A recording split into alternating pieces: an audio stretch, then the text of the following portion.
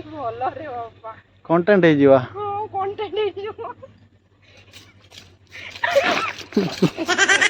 ଓରାଙ୍ଗ ଭଳିଆ। ରଜ ସଂକ୍ରାନ୍ତିରେ ଆପଣମାନଙ୍କୁ ହାର୍ଦ୍ଦିକ ଅଭିନନ୍ଦନ। ହ୍ୟାଲୋ ହ୍ୟାଲୋ ସମସ୍ତଙ୍କୁ। ମୋ ଭଳି ଆପଣମାନେ ବି ଭାବୁଛନ୍ତି ନା ବାହା ହେଇଗଲା ପରେ ରଜ ପର୍ବଟା ଆଗ ଭଳି ଖୁସି ଲାଗୁନି।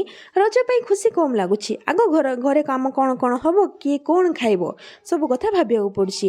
ଆଉ ମା ଘର କଥା ଭାରି ମନେ ପଡ଼ୁଛି। ପୁଣି ସେଇ ଝିଅ ହେଇଯିବାକୁ ଇଚ୍ଛା ହେଉଛି। ହଁ ନା, ମୋତେ ବି ଆଜି କିଛି ସେମିତି ହିଁ ଲାଗୁଛି। ପୁଣି 2 ତାରିଖରୁ ଝିଅ ହେଇଯିବି। ରଜ ଭଳି ବାକି ସବୁ ପର୍ବକୁ ମନ ଖୋଲିକି ଏନ୍ଜୟ କରିବି।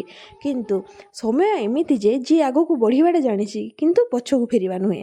ଆଜି ସକାଳୁ ଉଠିକି ମୁଁ ନୂଆ ଶାଢ଼ୀ ପିନ୍ଧିକି ପୁଣି ସେଇ ଦିନଚର୍ଯ୍ୟାରେ ଲାଗିଗଲି। ରୋଷେଇ ସାରିକି ରଜ ପାଇଁ ସଜବାଜ ହେବାକୁ ଆସିଲି। ମନଟା ଟିକେ ଦୁଃଖ ଥିଲା।